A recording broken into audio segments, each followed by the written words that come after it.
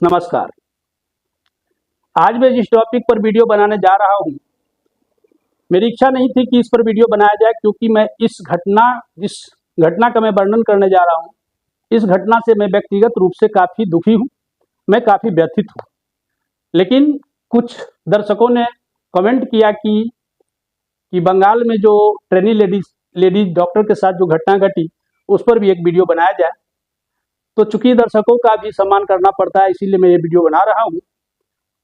तो यह वीडियो आप लोगों को कुछ जानकारी दे पाएगा कि हमारे समाज में कैसे कैसे दरिंदे पलते हैं, फलते फूलते हैं, और वो क्यों फलते फूलते हैं।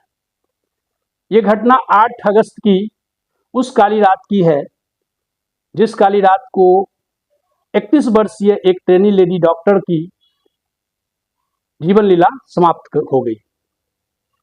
और ये जीवन लीला यूं ही समाप्त नहीं हुई, एक कहा जाए असहनीय पीड़ा के साथ उसकी जीवन लीला समाप्त हुई। इस घटना का जब आप अध्ययन करेंगे ना, तो पाएंगे कि पश्चिम बंगाल में इस तरह की घटनाएं आम है।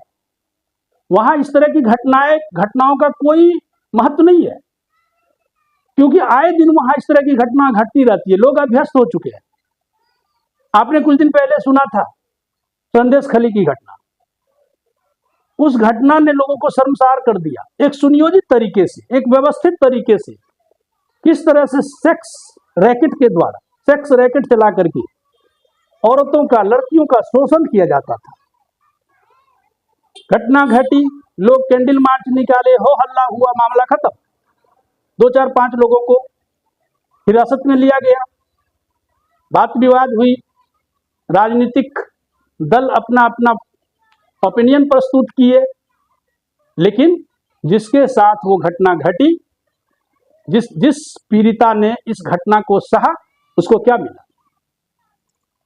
तो कहने का अर्थ है कि पश्चिम बंगाल में ऐसी घटनाओं का कोई महत्व नहीं है। वहां ये घटनाएं डेली होती है, वहां प्रतिदिन इस तरह की घटनाएं घटती है। अंतर यही है कि जिस बात का हमको पता चल जाता है, अपने लोगों को जिस बात की जानकारी मिल जाती है, तब पता चलता है कि आज घटना घट गई। जबकि रियलिटी क्या है, आप संदेश खली की घटना का अध्ययन कीजिए, ये आरजीकर मेडिकल कॉलेज की घटना का अध्ययन कीजिए। ये कोई एक दिन की घटना नहीं है। घटना होता है अचानक, एक्सीडेंटली, जबकि ये एक सुनियोजित तरीके से किया गया घटना है। ये घटना नहीं है, ये सिस्टमेटिक तरीके से, सुनियोजित तरीके से इसको किया जाता है। संदेश खली की घटना पिछले 10-20 साल से कंटिन्यू उस समाज में इस तरह की घटनाएं घटती थी। पता चला कब? जब उजागर हो गया, घटना खुल करके सामने आ गया, तो सारे लोग जान गए। तो उसी प्रकार से ये आरजीकर मेडिकल कॉलेज में भी ये घटनाएं कंटिन्यू घटती थी। पिछले 10-15 साल से ये बिल्कुल ही चल रहा था। लेकिन इस ट्रेनी लेडी डॉक्टर ने हिम्मत दिखाया और इस घटना का पर्दाफाश करने का कोशिश किया, जिसके कारण हम लोग इसको जान सके। इसके साथ इतनी दरिंदगी की गई कि उस दरिंदगी का अगर आप वर्णन सुनेंगे तो रूह कांप जाएगा, मन रोने लगेगा उस दर्द की कल्पना करके। इसे तो सबसे पहले 36 घंटे तक कंटिन्यू ड्यूटी करवाया गया, इसलिए कि ये ड्यूटी करके इतना थक जाए कि इसके साथ अगर कुछ अनहोनी हो, कुछ बदसलूकी हो, तो ये विरोध भी नहीं कर सके। और जब इसने 36 घंटे की ड्यूटी के बाद वहां जो सेमिनार हॉल है उसमें रेस्ट करने गई, आराम करने गई, तो 3 बजे रात में इसके साथ पहले 4 लोगों ने गैंग रेप किया। और उसके बाद जब गैंग रेप करने के बाद शायद वो मर गई, मरी हुई स्थिति में भी इसके साथ फिर बाद में भी गैंग रेप हुआ। और गैंग रेप यूं ही नहीं हुआ, इसके पैर को दोनों तरफ से पकड़ करके चीर दिया गया। सोचिए, उस दर्द की कल्पना कीजिए, किस दर्द से गुजरी होगी वो लेडी डॉक्टर।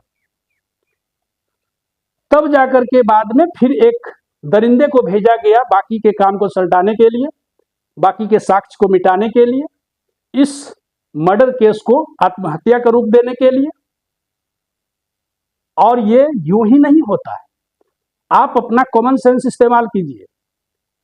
कोई भी घटना धड़ल्ले से 5 साल, 10 साल, 20 साल तक समाज में यूं ही नहीं चलता है। ये जब तक इसको प्रशासनिक और राजनीतिक संरक्षण नहीं मिलेगा तब तक ये चल ही नहीं सकता। अब सारे लोग दलील देंगे, घटना घट गई, जिसको मरना था मर गया, हिरासत में लिया गया एक व्यक्ति को, जबकि इसमें कम से कम हजारों लोग, सैकड़ों को छोड़िए, हजारों लोग शामिल हैं इसमें। ऐसे ऐसे लोग शामिल हैं जिसके विषय में आप कल्पना नहीं कर सकते हैं। वो सारे सफेद पोश, वो हायर एजुकेटेड पर्सन, सुंदर सुंदर कपड़ा पहनने वाले व्यक्ति, आप कल्पना नहीं कर सकते कि ऐसे व्यक्ति भी इस तरह की दरिंदगी में शामिल रहता है। और वही लोग अपने आप को, अपने गिरेबान को बचाने के लिए ऐसे दरिंदों के पक्ष में खड़े होते हैं। अब देखिए, हिरासत में लिया गया, अब पक्ष विपक्ष शुरू होगा। सत्ता पक्ष अपना दलील देगा, विपक्षी पार्टी अपना दलील देगा। यहां इस घटना का निराकरण नहीं होगा, इस घटना का जो जस्टिफिकेशन होना चाहिए वो नहीं होगा, इसको, इस अन्याय के लिए न्याय नहीं मिलेगा। यहां तो जीतने की होड़ होगी, सत्ता पक्ष अपना पक्ष मजबूत करेगा ताकि हम जीतें, और विपक्ष अपना पक्ष मजबूत करेगा कि हम जीतें। किसी भी घटना के बाद उस घटना के पीड़ित व्यक्ति को न्याय देने की बात तो छोड़िए, वहां न्याय देने पर बात होती ही नहीं है, वहां तो खुद का पक्ष मजबूत करने की होड़ लग जाती है, क्योंकि इसमें कई सफेद पोश भी शामिल रहते हैं। तो इस तरह से जब उसका मर्डर हो गया, तो जब उसके अभिभावक मिलने आए, उनके अभिभावक को पता चला, घटना की जानकारी हुई, तो मिलने आए, तो क्या हुआ जानते हैं? उस लेडी डॉक्टर की लाश, नंगी लाश पड़ी हुई थी जमीन पर, और उसके पैर 90 डिग्री के पोजीशन में था। समझ सकते हैं क्या हुआ होगा उसके साथ। 90 डिग्री के पोजीशन में पैर किस परिस्थिति में आएगा, समझ सकते हैं ना? दोनों पैर को चीर दिया गया, आंख से खून बह रहा था, मुंह से खून बह रहा था, पेट से खून बह रहा था। इतनी दर्दनाक मौत दी गई उसको, इतनी दरिंदगी दिखाई गई, इतनी दरिंदगी किया गया उसके साथ। और ऐसे दरिंदे हमारे समाज में ही हैं, बस हम उसे पहचान नहीं पाते। ये सारे दरिंदे मौका प्रस्त होते हैं, मौका देख करके इसकी दरिंदगी जग उठती है। तो इसीलिए सावधान रहें, ऐसे लोगों से जरूर सावधान रहें। और ऐसे लोगों के पनपने के बहुत सारे कारण है। मैंने पहला कारण तो बताया कि इसे राजनीतिक और प्रशासनिक संरक्षण मिलता है। दूसरी बात, हमारी आपकी आवाज दबी हुई रहती, हम आप ये समझ के छोड़ देते हैं कि अरे उसके साथ ये घटना घटा, मुझे क्या लेना देना। लेकिन आपको पता होना चाहिए, जंगल में लगने वाली आग से कोई पेड़ नहीं बचता है। अंतर यही है, कोई पेड़ पहले जलता है, कोई पेड़ बाद में जलता है, लेकिन जलता सब है।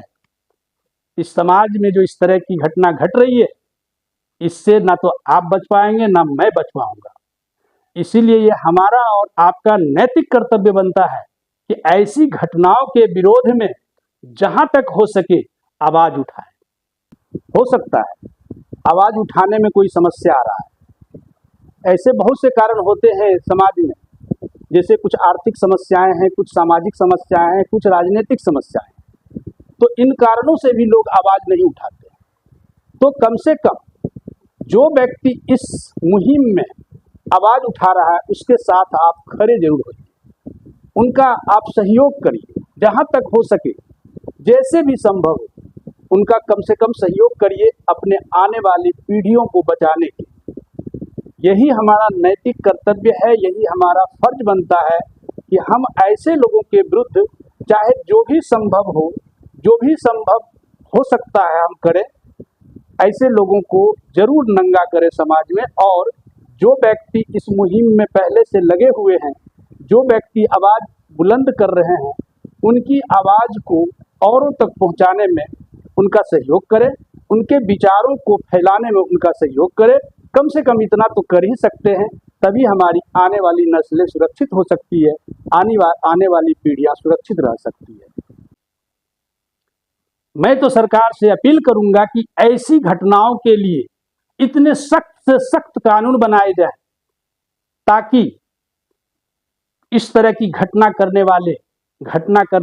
करने से पहले 100 बार सोचे। ऐसे दरिंदों को ऐसी सख्त सजा दी जाए ताकि उसकी रूह तक कांप उठे, उसकी 7 पुश्तें भी इस तरह की घटना को करने से पहले 100 बार सोचे।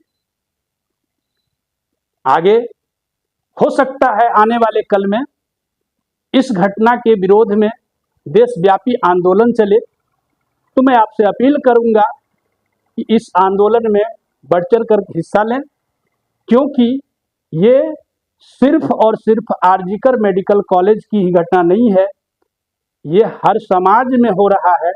बस सुसुप्तावस्था में है, लेकिन जब उजागर हो जाता है तो पता चलता है ये तो हमारे समाज में भी हो रहा है।